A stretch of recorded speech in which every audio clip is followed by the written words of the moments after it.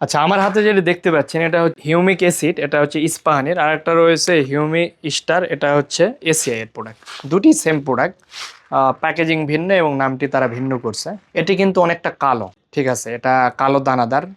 তো এটি আসলে কোনো রাসায়নিক সার না, এটি আপনার ধরতে পারেন এটা একটা জৈব উপাদান অনেকটা বলা যায়। এটা সারের কোনো কাজ করে না, কোনো সারেরই কাজ করে না। এটি কাজ করবে আপনি যখন গাছে স্প্রে করেন অথবা গাছের গোড়ায় যদি লিকুইড আকারে গোলার পরে গাছের গোড়ায় দিয়ে দেন, তাহলে মাটি যেটা রয়েছে বিদ্যমান যে মাটি আগে থেকে, এই মাটিতে আপনার কার্যকারিতা বাড়ায়। যেমন এখানে কোনো একটা সারের অভাব থাকলে সেটা নিজের থেকে প্রস্তুত করে এবং গাছকে অটোমেটিক ঠিক করে ফেলে সে, অর্থাৎ সে নিজে না কাজ করতে পারলেও আপনার প্রয়োজনীয় ছাদ বাগানের পণ্য অর্ডার করতে আমাদের ওয়েবসাইট ভিজিট করুন। সে মাটির ভিতর যায়, এমন কিছু করে গাছ অনেকটা সতেজ হয়ে যায়। অনেক ভালো একটি জিনিস এটি। তো এটি আপনারা চেষ্টা করবেন প্রতি 15 দিন পর পর পানির সাথে গোলায় 1 চা চামচ পানির সাথে 1 লিটারে 1 চা চামচ এটা দিয়ে গোলায় নিয়ে গাছের গোড়ায় দিয়ে দিতে অল্প অল্প করে। এতে করে আপনার হবে কি, প্রতি 15 দিন পর পর দিয়ে দিলে গাছটা অনেকটাই সবুজ হয়ে যাবে, একদম সবুজ। দেখবেন যে একদম গাঢ় সবুজ হয়ে রয়েছে, গাছের রোগবালা তেমন হচ্ছে না। কারণ এগুলো সে কাজ করে, নাইট্রোজেনের ঘাটতি মাটির ভিতর থেকে এসে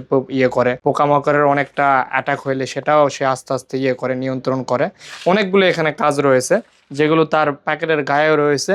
বিশেষ করে সবচেয়ে বেশি কাজ করে যে গাছের কোনো পুষ্টির ঘাটতি থাকলে সে যে করে হোক এটা সে ম্যানেজ করে ফেলে। তো যার কারণে যদি চেষ্টা করবেন হিউমিক অ্যাসিড প্রতি 15 দিন পর ব্যবহার করার জন্য।